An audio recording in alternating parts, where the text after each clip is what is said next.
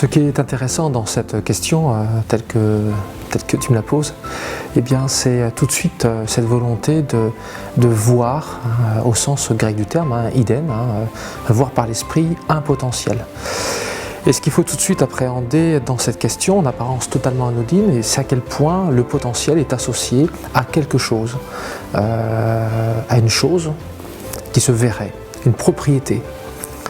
Et ça renvoie immédiatement à ce que la pensée grecque philosophique et beaucoup plus tard la psychologie, qui n'est que finalement la petite sœur de la philosophie, eh bien, a érigé finalement dans son sens le plus simple qui soit, que nous avons tous au quotidien, c'est cette croyance que nous avons tout en nous, autos kratos, c'est-à-dire que autos, c'est moi, soi, et puis cette notion du kratos, la puissance, qui renvoie à l'idée que puisque j'ai tout en moi, je suis tout puissant sur le monde, sur les choses et sur les événements.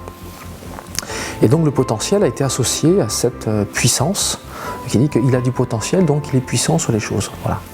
Mais ça, c'est une vision purement européenne, purement, grecque. Alors le potentiel, ça ne veut absolument pas dire ça. Et ça, on le voit autant, pour le coup, chez les Chinois, dans la pensée chinoise, que dans la pensée grecque.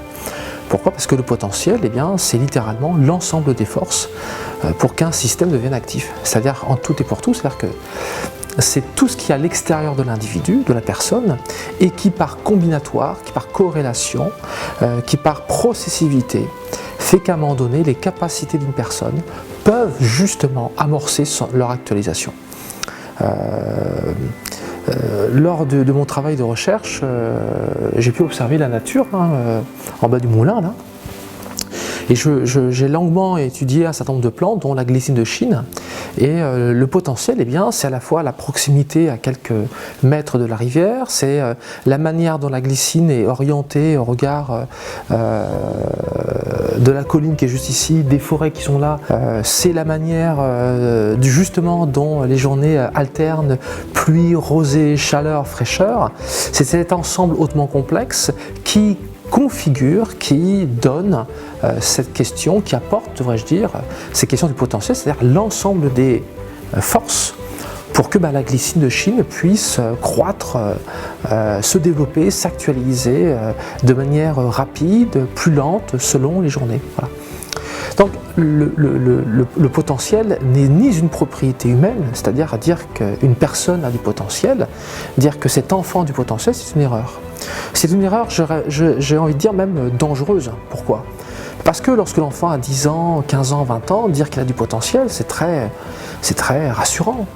D'ailleurs, on fait faire des tests aux enfants en disant, voilà, il a X capacités ou il a X nombre en termes de, je pense qu'en tout QI, mais il n'y a pas que lui, il y a d'autres manières de mesurer le potentiel, ce qui d'ailleurs ne peut pas se faire parce qu'on ne mesure pas le potentiel, on mesure les résultats locaux, immédiats, que l'ensemble des forces donnent. Donc, dire qu'on mesure le potentiel d'un individu, ça n'a aucune validité scientifique, ce n'est pas possible.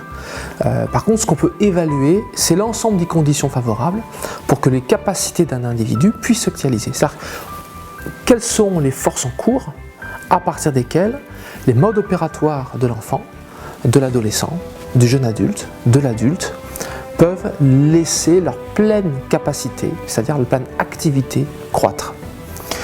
Donc pour conclure, le potentiel à la fois, ce n'est donc pas une propriété humaine, comme je l'ai dit, ce n'est pas une capacité, une dimension, devrais-je dire, de l'identité de la personne, ce n'est pas une sous-composante de la personnalité, absolument pas d'ailleurs, ce n'est pas non plus une valeur sociale, dire que cet enfant ou cet adulte est un haut potentiel, comme je peux l'entendre dans les entreprises, c'est une erreur aussi.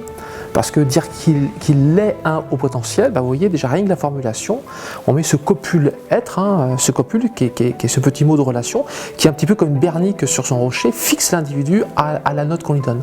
Et donc on lui donne un statut. C'est-à-dire que lorsque le terme potentiel est associé à la notion, effectivement, à la valeur spatiale ou la valeur sociale du haut, eh bien on le fixe définitivement à ça.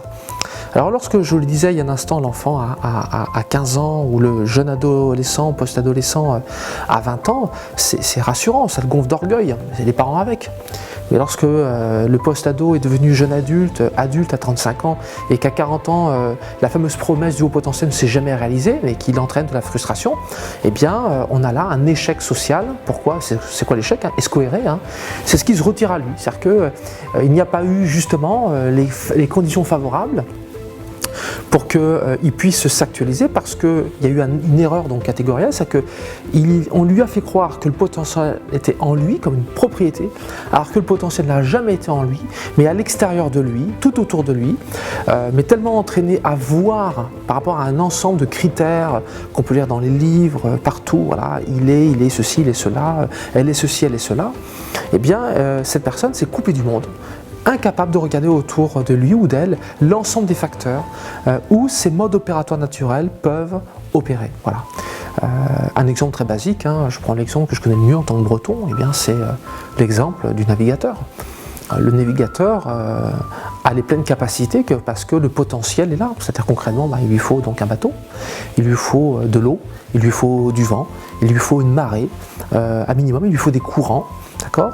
Et c'est parce qu'il y a ces forces en cours, et bien que ces pleines capacités de navigateur, hein, on va voir dans les différentes formes de l'intelligence, vont pouvoir pleinement se développer et s'actualiser.